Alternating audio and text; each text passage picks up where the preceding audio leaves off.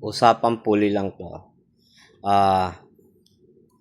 Tips lang para makuha nyo yung top speed nyo.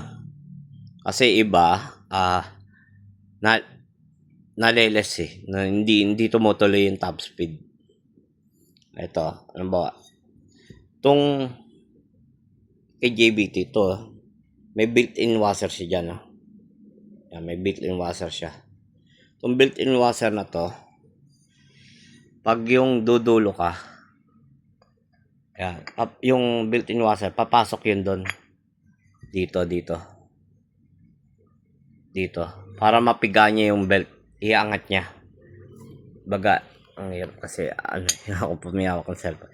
Ito, yung dalawang dulo ng belt, pipigain niya, itutulak niya pataas yan.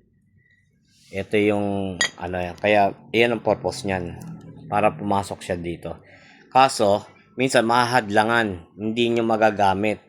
Dahil dito, sa washer. Itong washer na to, bawa, sample lang Kunyari, nakalagay na to dito. Pag yung pumasok na to, siyempre papasok siya dito, di ba? Hindi siya kasya. Hindi tutuloy yung piga ng yung piga ng belt. Hindi niya matutuloy yung angat. Kasi naharang.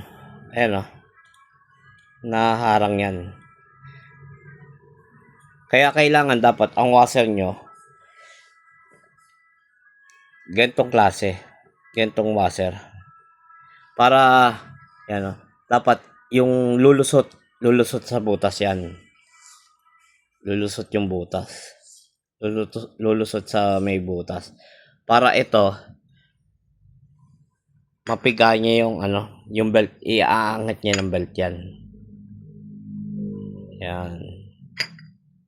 Kaya check nyo rin yung yung washer nyo. Ito. Para hindi mawala top speed nyo. Kailangan washer nyo lumulusot dito.